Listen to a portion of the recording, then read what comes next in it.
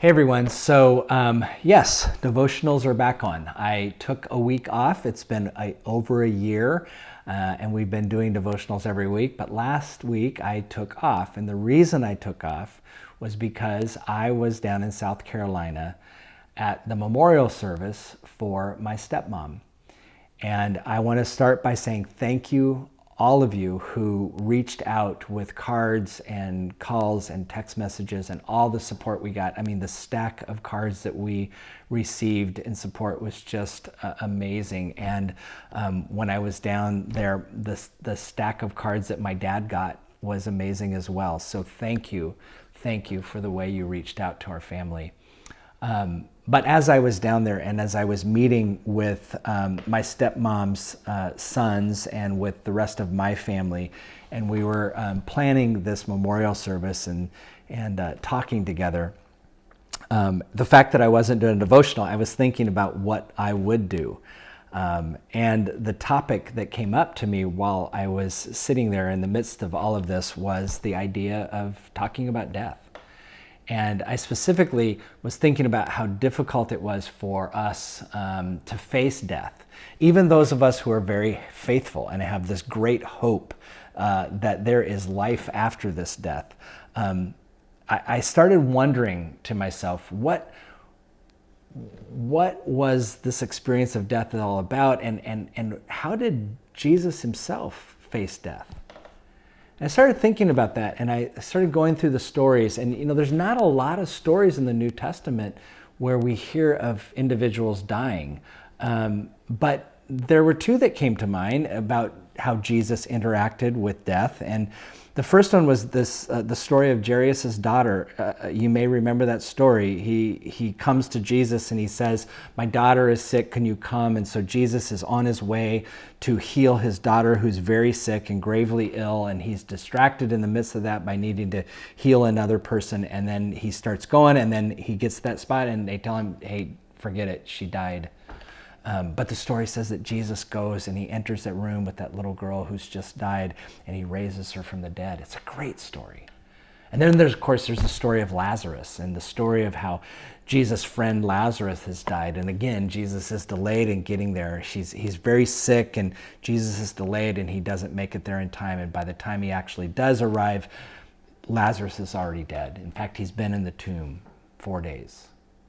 And so in the midst of that story, we see Jesus' grief, but we also see the fact that Jesus goes in and raises Lazarus from the dead. And, so I was thinking about that, and I was thinking, how does Jesus respond to death? And I thought, well, he raises these people from the dead. And as I was sitting there and we were talking about my stepmom's memorial, I realized that that's not my experience.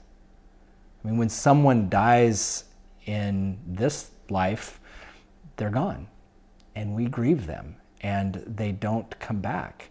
And even when we have this great hope in the resurrection, they don't come back. They're gone, and that hurts. And as I thought about those two stories of Jesus and how he responded to death, and I saw this resurrection, on the one hand, it was wonderful because it gives us this great hope, but on the other hand, it's so different from our experience. And then I remembered the story of the death of John the Baptist. Now, this was someone who Jesus was very close to, as a cousin of Jesus. This was the person who baptized Jesus. Some think that it was John's teaching that helped influence Jesus, and we know that John was the forerunner of Jesus. So Jesus was very close to John the Baptist. And the story of John's death is just tragic, and it's horrible. It's a story of how he's arrested and he's living in prison. Herod has arrested him because he was so angry at the way John responded to Herod's marrying his brother's wife. And in the midst of this story, Herod's wife has John beheaded. And when the story reaches Jesus, eventually, after this terrible, tragic story reaches Jesus, this is what happens. John chapter 14, verses 13. "Now when Jesus heard this, he withdrew from there in a boat to a deserted place by himself."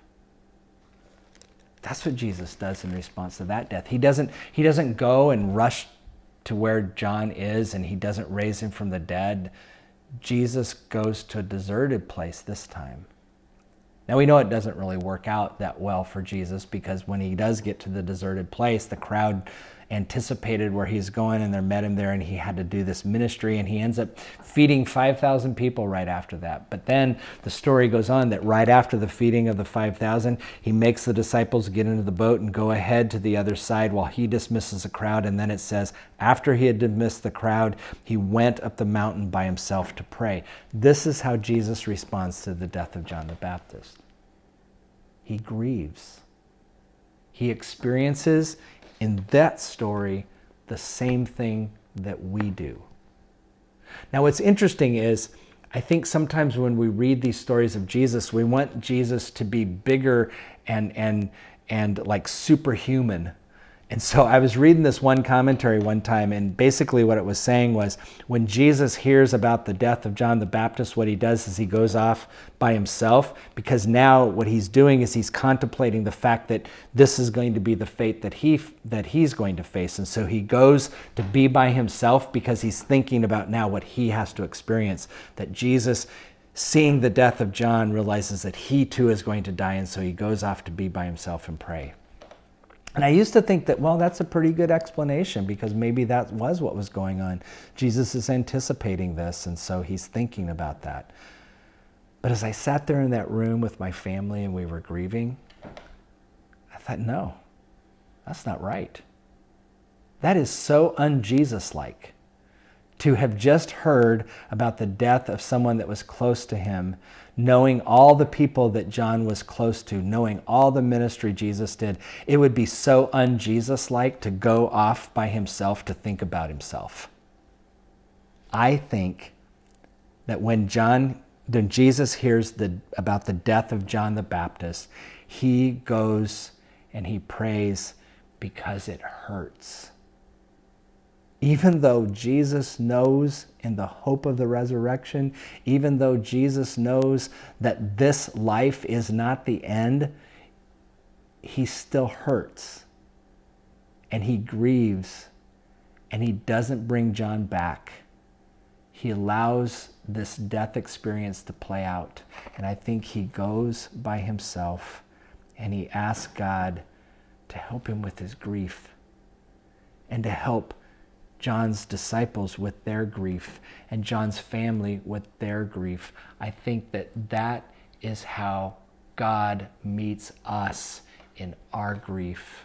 God comforts us, and that's what Jesus needed in that moment. Yeah, death hurts. It hurts because even though we have hope of the resurrection and we know that we will one day be united again in eternity, and we have that great hope, we also know that in this life, we are not going to see that person again. And that's what hurts. And that's what hurt Jesus. And God ministered to Jesus in that moment when he went off by himself to grieve. So, again, thank you for all the support you gave me in my moment of grief. And for those of you who are feeling that grief as well, be it a recent experience of grief or one in the past, please know that Jesus understands that, because Jesus faced the same thing. We do have hope in the resurrection. But this side of eternity, death is still going to hurt. And that's because God made us to love one another and to be connected one another. So thanks so much.